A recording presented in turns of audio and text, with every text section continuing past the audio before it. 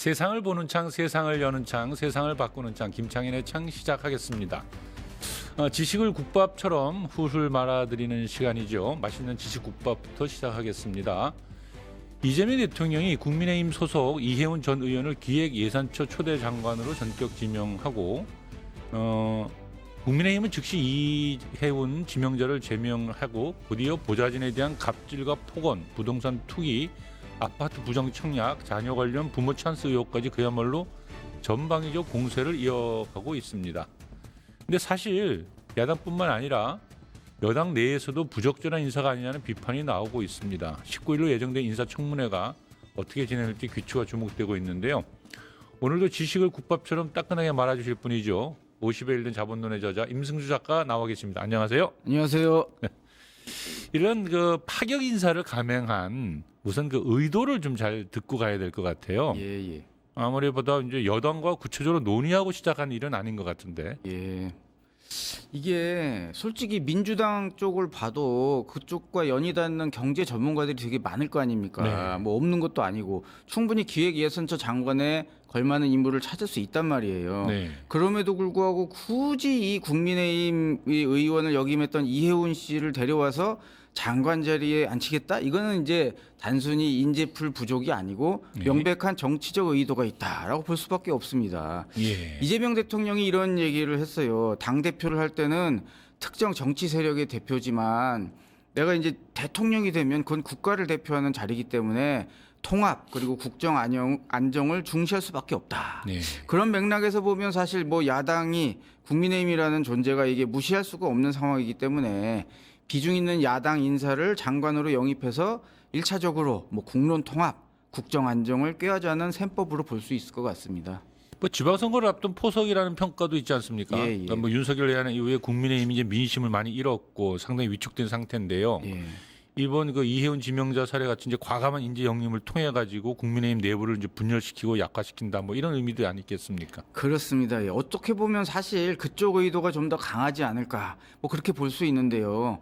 솔직히 국민의힘 구성원 중에서는 완전히 진짜 골수 이념형 정치인들도 있지 않습니까? 그분들이야 뭐 비바람이 불든 태풍이 불든 뭐 집이 떠내려가든 확고하게 자리를 지키겠지만 이 자리가 고프고 이 계산이 빠른 사람들은 이 당장 눈앞에서 이해운 씨가 이 장관 후보자로 돼서 가지고 가는 걸 보면 마음도 싱숭생숭하고 고민이 될 거란 말이에요. 내가 이 당에서 몇 년 아니면 10년 이상 버텨가지고 과연 기회가 올까? 아니면 지금 조금 이제 방향을 확 틀어버리면 지금 뭔가 좀 잘 풀리지 않을까. 이게 막 저울질을 할 텐데 이번 이 인사 조치가 그 저울질의 한쪽으로 확 그냥 기울여버린 게 아닌가. 이 지방선거를 앞두고 있으니까 좀 더 그럴 거고요. 이 국민의힘 간판이라는 게 옛날은 모르겠지만 지금은 이게 자산이라기보단 부채라든지 좀 부끄럽죠? 이 부끄러운 간판이잖아요. 그러니까 이게 당장 이것도 그렇고 이 지금 이 당에 충성하는 게 합리적인 선택인가 고민이 되는 겁니다. 이해운 장관 지명자를 국민의힘에서 즉각 제명한 것도 사실은 분노라기보다는 이러한 불안감을 잠재우려고 급히 이제 그런 처방을 내린 게 아닌가 싶어요. 근데 하지만 이제 이해운 그 후보가 예. 그 과연 이재명 정부의 정책 기조와 맞는 사람이냐에 대한 의문도 많거든요, 사실은. 그렇습니다. 예. 그 우려 충분히 이해할만 하지요. 예. 왜냐하면 이해운 후보자는 그동안 뭐 재정 건정성이라든지 뭐 작은 정부 이런 거를 강조해 왔단 말입니다. 예. 과거에 또 기본소득 얘기 나오고 또 뭐 이렇게 확장 재정하겠다고 그러면은 막 그거 욕했어요. 막 포퓰리즘이다, 퍼주기다 막 이러면서. 그런데 지금 이재명 정부는 기본소득 중요하게 생각하고 이 확장 재정 지출을 과감하게 늘리려고 하는데 이제 방점이 찍혀 있는데 그런 상황에서 과연 이해운 장관 후보자가 맞느냐 이런 얘기들이 많이 나오고 있습니다. 근데 제가 얼마 전인가 뭐 뉴스에서 보니까 이 이해운 장관 후보자도 조금 그걸 의식했는지 이 재정 확장 재정 중요하다 뭐 이런 식을 지나가듯이 하더라고요. 이 풀이 눕듯이 바로 바짝 누워버리는 것 같은데요. 어쨌건 뭐 이해운 장관의 어떤 성향은 분명 그렇게 보수적인 측면이 많습니다. 하지만 어쨌건 제가 보기에 이번 인사는 이재명 대통령이 이 이해운 장관의 그런 어떤 정책적 성향과 별개로 굉장히 나름의 자신감을 가지고 한 인사가 아닌가 이런 생각이 있어요, 개인적으로. 자신감이라 예. 뭐 어떤 의미의 자신감일까요?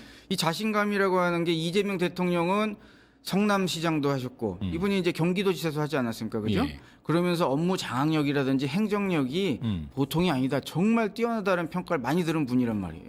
대통령 취임 후에도 지금 뭐 본 국무회의라든지 뭐 부처 업무보고 같은 게 그냥 생중계되고 있습니다. 예? 이 실시간 방송으로 내보내줘가지고 국민들한테 그냥 다 보여줄 만큼 자신감이 있는 겁니다. 이건 단순한 보여주기식 행정이라기보다는 이 고위 공무원들에게 이 대통령의 정책 기조를 공개적으로 딱 각인시키고 실시간으로 조율하고 검증하겠다라는 의지라고 보이는데요. 이런 구조에서는 일개 장관이 이 자기 임의로 국정 방향을 트는 게 사실 쉽지가 않다고 봅니다. 그래서 큰 방향은 대통령실이 틀어지고 이 장관은 이 대통령실이 방향을 지어주는 대로 그 안에서 전문성을 발휘하라, 뭐 이런 얘기라고 보이는데요. 한마디로 이해운이 아니라 이해운 할애비가 오더라도 이게 기획예산처는 대통령의 의중대로 움직일 것이다라는 이런 확신에서 한 인사가 아닌가 싶습니다. 그러니까 이해운 장관 후보자는 자기가 타고 있던 배에서 정당을 배신하고 다른 배로 옮겨 탄 경우에 해당하니까 그렇죠. 예. 이런 상황에서 자기 의지대로 자기가 원래 갖고 믿음대로 막 이 정책을 수행할 수는 없겠죠, 물론. 그렇죠. 예. 원래 건너온 사람들이 예. 더 목소리 높여가지고 이 충성심 경쟁을 할 수밖에 없는 겁니다. 그렇죠. 예를 들어서 뭐 이 젊은 시절 노동운동의 전설, 뭐 잘 아실 것 같은데 김문수 그분도 과거에는 진짜 그 누구보다 이 색깔이 빨간 분이었잖아요. 그랬죠. 근데 지금은 뭐 그 누구보다도 완고한 수구 보수의 모습을 견지하고 있지 않습니까?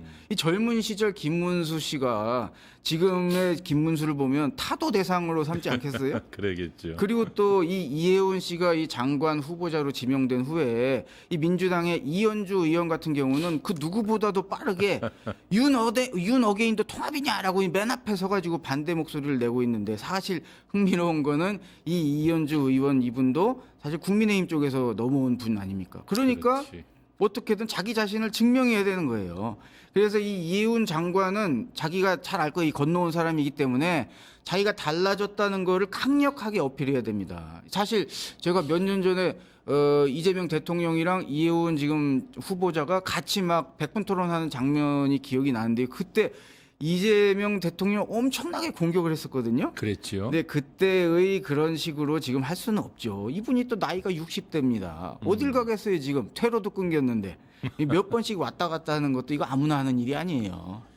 근데 그럼에도 불구하고 선을 한참 넘은 인사다라는 예. 비판은 많이 끊이질 않고 있는 것 같아요. 예. 뭐 조국혁신당도 그러하고 예. 진보당도 그러하고 아무튼 이 인사 철회를 계속 요구하고 있고 이제 청문회가 굉장히 힘들 것 같다는 생각이 듭니다. 예, 진보 정당 관점에서는 당연히 그렇게 비판할 수밖에 없다고 봅니다. 왜냐하면은 윤석열 내란 이후에 이해훈 후보자가 이 가두 연설한 내용을 들어보면 정말 토쏠려요, 토쏠려. 그리고 내걸은 현수막을 보면은 정말 욕지기가 올라올 지경인데요. 어떻게 보면은 저런 내란 동조자한테 한나라의 국간지기를 맡길 수가 있나, 이런 생각이 드는 건 너무 당연한 겁니다. 그런 비판이 있어야 되고요. 그런 비판이 있는 게 건강한 거고 정상이라고 생각해요. 다만 이제 이재명 대통령과 진보신당은 정치적 지향이 같지는 않습니다. 뭐 과거에는 이재명 대통령이 어느 정도 진보적 성향이 있었을지 몰라도 이분이 이제 대통령 후보가 되고 당선이 된 이후로는 계속 실용적 중도 보수 스탠스를 얘기를 하고 있어요. 그래서 실용적 중도 보수의 대통령이라고 하면은 이런 인사를 시도해 볼 수 있는 거 아니냐, 아마 이런 판단이 있는 것 같습니다. 그래서 진보 정당과 이재명 대통령 사이에는 아마 앞으로도 이번 건 외에도 정치적 긴장 상태가 지속되지 않을까, 뭐 이렇게 생각을 하고 있습니다. 그렇군요. 그런데 지금 이제 청문회를 앞두고 있잖아요. 예. 그런데 이 뭐 배신자를 처단하겠다는 국민의힘이 벼르고 있는 것도 있지만 예. 전체적으로 보니까 의혹이 여러 가지로 나오고 특히나 그 녹취록 나오면서 예. 국민적 여론이 예. 뭐 국민의힘이 반대한다를 떠나서 굉장히 여론이 안 좋습니다. 그러니까 뭐 갤럽 여론조사 보니까 뭐 찬성이 한 16%, 예. 역대 두 번째로, 갤럽이 조사한 것 중에서 역대 두 번째로 낮은 수치라고 그러더라고요. 더 가면 이제 최고 1등이 되실 수도 있을 것 같은데 어쨌건 예. 저도 그 녹취를 들었는데 약간은 성격상 문제가 있는 거 그러니까요. 아닌가 예. 이런 생각이 들고 또 뭐 부동산 투기 얘기도 나고 얼마 전에는 이제 아파트 부정 청약 얘기도 청약 나왔잖아요. 얘기, 자녀 예. 입시 비리 얘기도 나오고요. 하나하나가 그냥 주옥 같아요. 그냥 예. 국민의 감정선을 하나하나 건드리는 사안이에요. 예. 아파트 부정 청약 같은 경우는 이분의 뭐 장남인가가 사실 결혼도 했고 그리고 딴 데 나가서 세종시에 살고 있는데 그걸 갖다가 이제 혼인도 위장 미혼은 내가 또 처음 들어봅니다. 위장 미혼에 그러니까요. 위장 전입해가지고 부정한 방법으로 로또 청약에 당첨돼서 지금 수십억 원에 달하는 차액을 챙기고 있다. 이게 사실 국민이 좀 납득하기가 어려운 것 같아요. 그래서 이 사실 국민의힘은 이해운 개인의 도덕성 검증을 넘어서 아마도 이재명 대통령의 인사 전략 전체를 겨냥할 가능성이 큽니다. 이번 청문회에서 통합 인사라는 말 뒤에 숨은 야당 파괴 정치 공작이다라는 프레임으로 몰고 갈 가능성이 높죠. 그래서 이번 청문회가 어떻게 보면 이해훈 개인의 정치적 생존을 넘어서 이재명 대통령의 통합 인사의 어떤 시금석이 되지 않을까 뭐 이런 생각이 듭니다. 그러니 말입니다. 그러니까 사실 걱정스러운 측면이 커졌어요. 예. 근데 이분을 보니까 정책적 지향성도 문제가 있지만 비리 의혹이라든지 또는 인성의 문제라든지 이런 게 뭐 여러 가지가 터져 나와가지고 예. 과연 인사청문회를 통과는 할 수 있을까에 대한 의문이 물음표가 탁 찍혔습니다.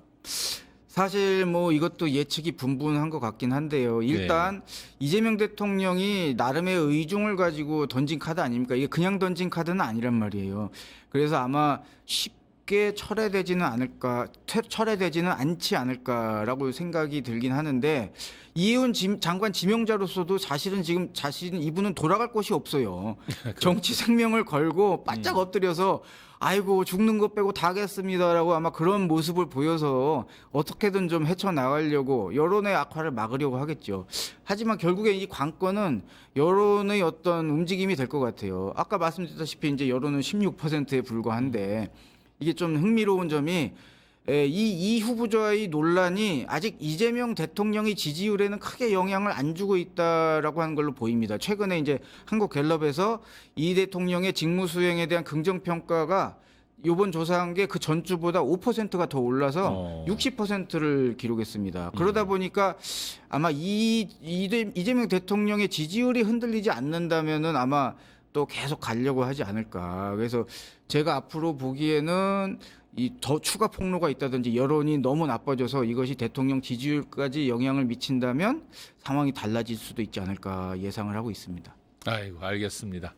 결국 이번 인사는 국민의힘을 흔들려는 그 정치적 포석이자 누가 와도 국정을 장악할 수 있다라고는 이재명 대통령의 강한 자신감의 표출이다 이렇게 보여집니다.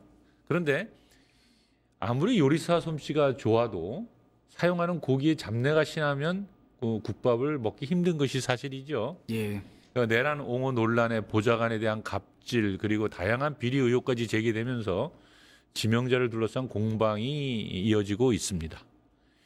대통령의 파격적인 이 실험이 국정통합의 마중물이 될지 아니면 자충수가 될지 인사청문회 전 과정을 한번 예리하게 지켜볼 필요가 있을 듯합니다.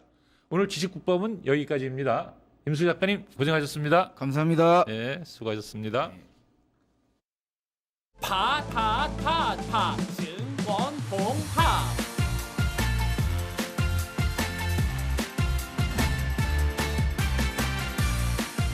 이제 저녁 8시 30분 퇴근 후 퀴즈 한판 혼자 하지 마세요. 같이 해요. 매일 저녁 8시 30분 많은 참여 바랍니다.